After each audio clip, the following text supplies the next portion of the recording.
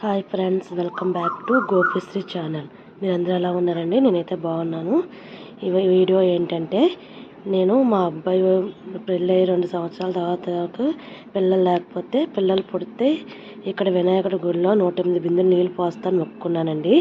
ఈ గుడి ఎక్కడంటే ఎగ్జాక్ట్గా గాజువాక దగ్గర విమాన్ నగర్ అనే కాలనీలో ఉంటుంది.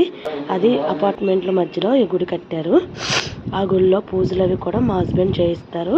సో నేను గుడికి వెళ్ళినప్పుడు మా అత్తగారు చెప్పారు ఇలా మొక్కుకోమని. సో వినాయకుడికి మొక్కుకున్న 1 మంత్లో నేను కన్సీవ్ అయ్యానండి. ఎప్పటి నుంచో మొక్కు తీర్చుకోవాలనుకుంటున్నాను, కుదరట్లేదు. మా అబ్బాయికి 3 సంవత్సరాలు వస్తాయి ఇప్పుడు. సో ఇప్పుడు మొక్కు తీర్చుకుందామని బుధవారం రోజు తీసిన వీడియో అండి ఇది. బుధవారం వెళ్ళి వినాయకుడికి 108 బిందెలు నీళ్ళు పోసానండి.